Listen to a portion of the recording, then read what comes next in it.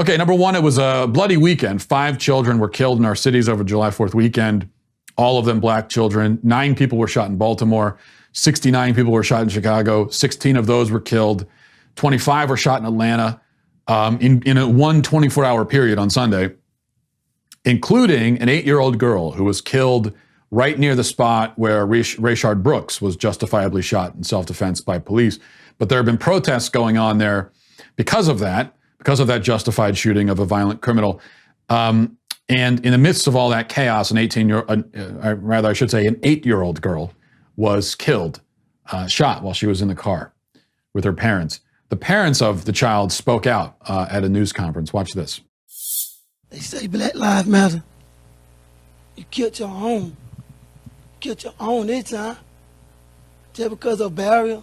They killed my baby because she crossed the barrier and made a U-turn. You killed a child. She ain't do nothing to nobody. They didn't give us time to make a U-turn. They started shooting on my car before we could even make a U-turn. Shooting my tires out, like, why? But Black Lives Matter. My baby was shot in her bed. Killing your own. Nobody there to help You me. killed an 8-year-old child. Nobody. She ain't did nothing to now one of y'all. She just wanted to get home to see her cousin. That's all she wanted to do. She just wanted to get home. So now you watch that very gut-wrenching video of grieving parents, and you see in tragic detail the total absurdity of the Black Lives Matter organization and the destructive movement that it has helped to launch. Because BLM has nothing to say about this child or for this child or on this child's behalf. There will be no protests, no riots, not for her, not for any of the other 4 children killed this weekend or any of the dozens of other people killed in general just this past weekend in our cities. Now think about this. 9 unarmed black people were shot and killed by police all of last year. 9. Only a couple of those shootings were questionable. Most of them were justified. 25 people were shot in Atlanta in 24 hours.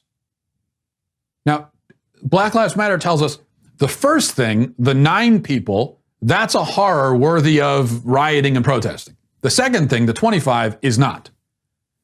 9 people in a year versus 25 in a day. In one city. 9 people across the country in a year versus 25 in a day in one city. Which is the greater epidemic? Which is the greater crisis? Which is affecting communities more?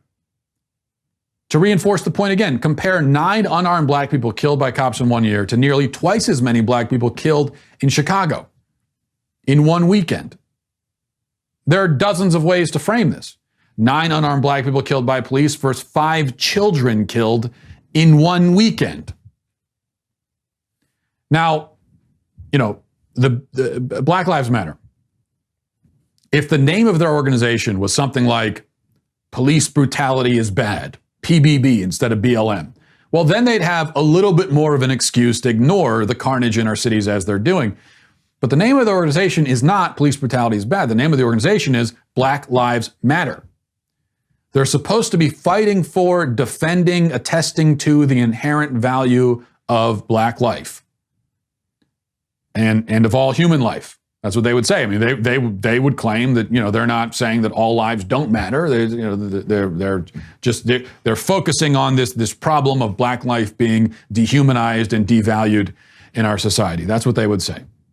And if that's their mission, and they say that it is, then there is nowhere that this mission is more necessary than in our cities, addressing the violence problem within the communities themselves.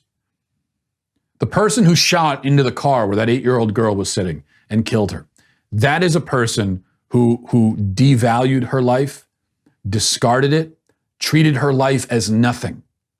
Most of these people that were killed this weekend, most of them would have been killed for nothing, for no real reason, either randomly or in robberies or in gang disputes or drug-related violence or for some other totally frivolous reason.